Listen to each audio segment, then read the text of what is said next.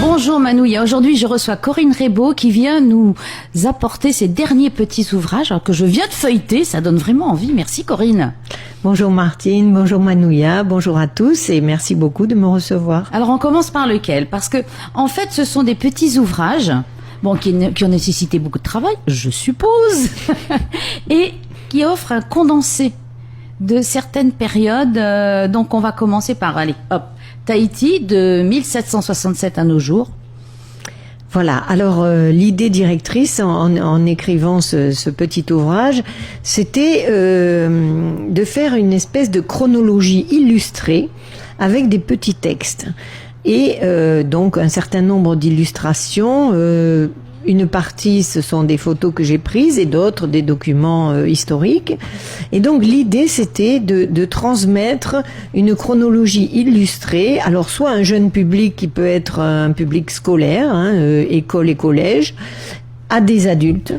Et finalement, pour tout public, que ce soit de jeunes adultes, des gens qui ont envie de se rafraîchir la mémoire sur la chronologie, qui savent plus très bien où placer la bataille de Philippi par rapport à la guerre franco-tahitienne ou au Pomaré, etc. Voilà, c'était pour avoir les idées un petit peu plus claires là-dessus. Voilà, il n'a pas la prétention d'être un livre universitaire complet, mais au contraire, c'est pour donner des pistes et donner envie aux enfants et aux enseignants, parce que c'est un bon outil de travail, ça. Je pense que c'est un bon outil de travail. Bien entendu, ce n'est pas un ouvrage universitaire, c'est un petit fascicule qui permet de rassembler les idées sur l'histoire de Tahiti, de se rappeler la chronologie et d'avoir quelques éléments. Alors l'idée aussi, c'est que à partir de ça, si il y a des points qui intéressent particulièrement le lecteur, eh bien à ce moment-là, il se plonge dans les ouvrages qui concernent la partie qui l'intéresse, soit les premiers explorateurs, soit la période de l'évangélisation, soit le nucléaire. Voilà, puisque je vais jusqu'au nucléaire, je vais jusqu'à la fin. Oui, voilà, tout est traité en fait. Voilà, le renouveau culturel, etc. Et c'est intéressant parce que c'est très imagé. Et il y a aussi bien des photos d'époque que de photos actuelles où je vois le fruit de l'arbre à pain. Tu as mélangé un petit peu dans l'iconographie, tu as choisi un petit peu tout. Oui, j'ai une alternance entre des éléments anciens et puis les éléments actuels, voilà. Alors là où on trouve des photos actuelles, c'est sur le livre, le fascicule sur la Bounty, puisqu'il y a des photos de l'île qui sont rares, ces photos. Exactement. Alors cette année, comme c'est les 230 ans de la mutinerie de la Bounty, 1789-2019, j'ai voulu faire un petit fascicule concernant cette folle aventure qu'a été la mutinerie de la Bounty. Donc essayer de raconter pourquoi le capitaine Bligh est venu jusqu'à Tahiti pour chercher les fruits de l'arbre à pain, comment ça s'est passé, puis ensuite le départ le 5 avril 1789, la mutinerie le 28 avril et ainsi de suite. 1789, ça parle aussi aux Français, puisque c'est à l'époque de la Révolution où finalement des idées voyageaient pas mal et peut-être que la mutinerie elle n'est pas étrangère à ce qui circulait en Europe à l'époque. C'est pas impossible. Voilà, tiens, tu feras un livre là-dessus avec l'idée de Martine. Voilà. Et puis après, je continue en parlant donc de l'île de Pitcairn où j'ai eu la chance d'aller et donc j'ai mis quelques photos que j'ai pu prendre lors de mon court séjour là-bas. Avec le petit musée d'Adamstown, etc. Tu resté la nuit ou tu as pu dormir, toi? Si, on pourrait, si on est logé chez des gens, mais c'est compliqué d'y aller. C'est-à-dire que pour y aller, soit c'est un bateau de croisière, mais à ce moment-là, il ne reste qu'une journée, quelques heures, soit certaines personnes peuvent y séjourner 1 à 2 semaines, mais il faut attendre le bateau retour. Ah oui. C'est pas si facile. Donc ça fait long quand même. Voilà. Donc il y a même un petit musée là-bas. Il y a un petit musée de la ville d'Adamstown, enfin la ville. Les maisons qui composent le petit village d'Adamstown. Parce que c'était une île inhabitée en fait.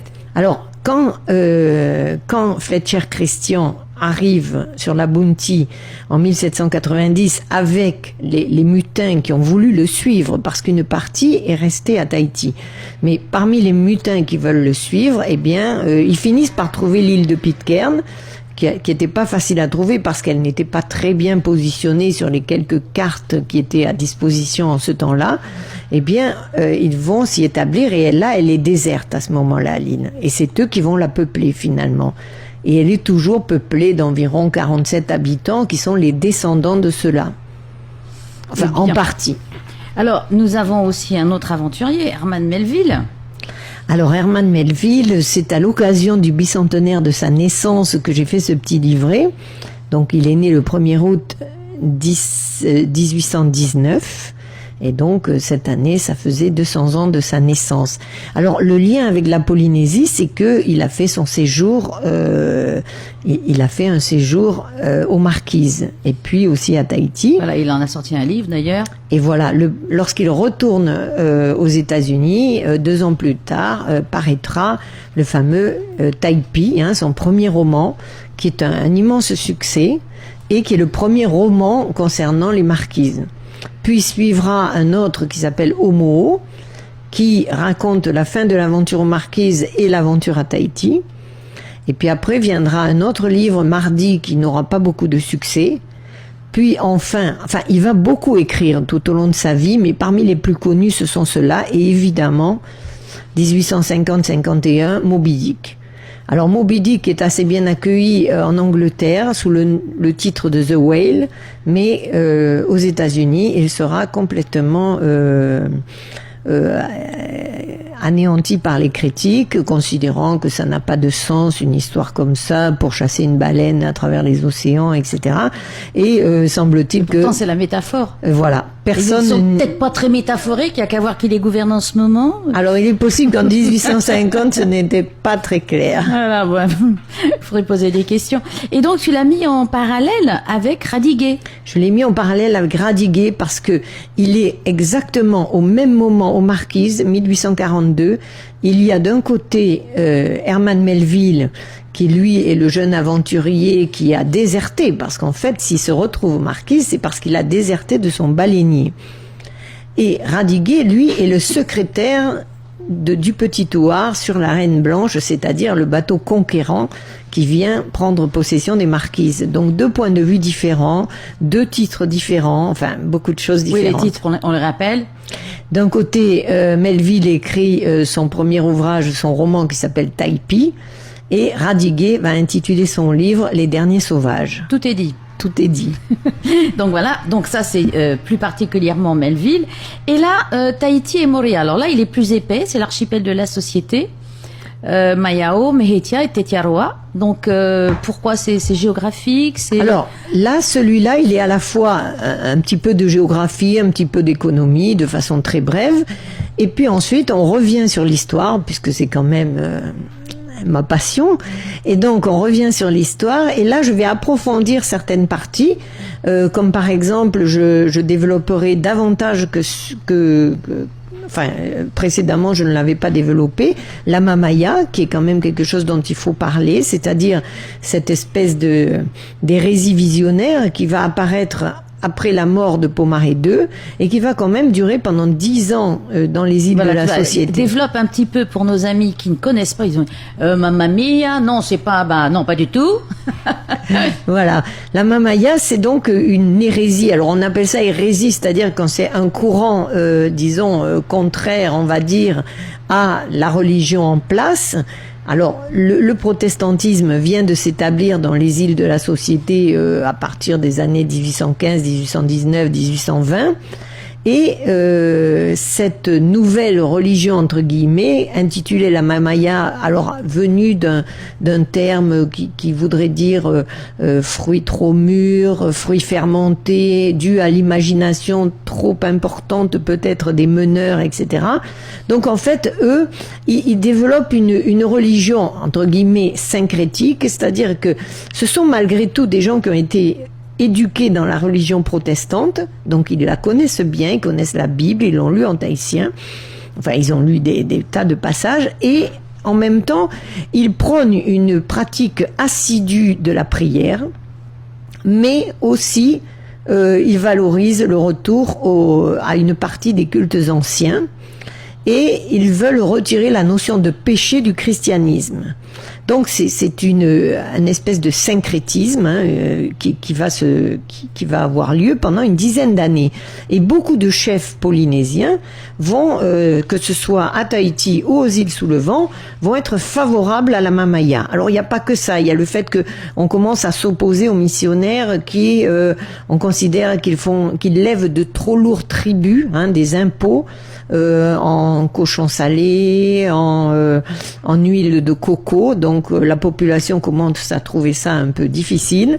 Et puis après la mort de Pomaré II, il y a une espèce de vacance du pouvoir, c'est-à-dire qu'il n'y a plus la personnalité charismatique du chef, donc le pouvoir s'éparpille entre des chefs intermédiaires et des missionnaires, ce qui fait que finalement ça va permettre à cette, disons, secte ou hérésie de voir le jour et de se développer pendant une dizaine d'années. Et puis, malheureusement pour eux, voilà, tout se terminera dans les années 1833-34 avec la répression par les chefs tahitiens restés fidèles au protestantisme. Et donc, répression de tous les chefs tahitiens ou des Raromatai. De pouvoir. Voilà, c'est ça. Alors, à part la mamaya, on voit la végétation. À part la mamaya, voilà. Après, on parle de... on met aussi en lumière les beautés de l'île, qu'il ne faut jamais oublier, à Tahiti, Moorea. La presqu'île. La presqu'île magnifique. Moorea. Et à Moorea, le tour de l'île avec le temple Ebenezer, essayer de reparler un peu de ce que c'est avec les premiers protestants à Moorea. Ce fameux temple qui est dessiné et qu'a vu aussi Herman Melville lors de son séjour, et il en parle dans son livre Homo. Et puis le fameux globe que j'ai découvert récemment. Alors donc, exploratrice, alors c'est plus Dora l'exploratrice, c'est Corinne. Donc à la faveur d'un tour de l'île avec mon ami Spirou de Moorea qui me fait faire le tour de l'île pour faire des photos supplémentaires pour l'ouvrage, eh bien elle me dit à un moment donné on va aller voir quelque chose qui peut t'intéresser. Et donc on se gare en bord de route, c'était très très facile, on n'avait pas de clôture à franchir ni quoi que ce soit, et en marchant un petit peu dans la végétation, eh bien elle me fait découvrir ce fameux globe qui représente les 3 voyages de Cook dans le Pacifique. Alors il est placé en bord de baie d'Oponu, sur un terrain depuis, j'ai appris donc de la famille Otino Kelum, et c'était un des descendants, donc d'après ce que je sais, Iria, qui aurait voulu réaliser un parcours touristique il y a quelques années, semble-t-il. Donc c'est assez récent quand même. Oui, ça c'est récent. C'est pas Cook qui l'a fait. Non, jamais de la vie. Mais ce qui est intéressant, c'est qu'il a été placé dans la baie où est allé Cook, et il représente le parcours des 3 voyages, et il est en parfait état, bien qu'enfoui dans la végétation. Et on peut aller le voir, ou c'est gênant pour les propriétaires? Je ne sais pas. En tout cas, vu qu'il n'y a pas de clôture, si on se gare et qu'on ne fait que le regarder, je pense qu'on ne peut pas lui faire de mal. Avec du respect. Voilà, avec du respect pour celui qui l'a fait, et puis pour le grand navigateur. Et aussi, il a été placé dans cette baie parce qu'on appelle la baie de Cook la première, mais c'est dans l'autre que Cook est allé, dans celle qui est la baie d'Oponu. Ah tiens, c'est amusant ça. Voilà, donc en fait, c'est dans la baie d'Oponu que Cook est allé, et c'est pour ça qu'il a placé le globe à cet endroit-là. Ah, il a remis l'histoire en place. Voilà, exactement. Donc, eh bien, écoute, on te remercie parce qu'il y a beaucoup de choses à apprendre. On les trouve où, ces petits ouvrages? On les trouve en librairie. Dans toutes les bonnes librairies. Maintenant, est-ce qu'il en reste des bonnes librairies? Est-ce qu'il y a encore des librairies? Parce que franchement, il en reste encore 3 actuellement, et donc, on va parler de ces 3-là pour l'instant. Et tu seras en dédicace? Samedi matin, 21 septembre, de 9h à midi, chez Odyssée. Bien. Eh ben, écoute, on y sera, et franchement, j'ai eu un coup de cœur. Je te remercie, Martine. À bientôt. À bientôt.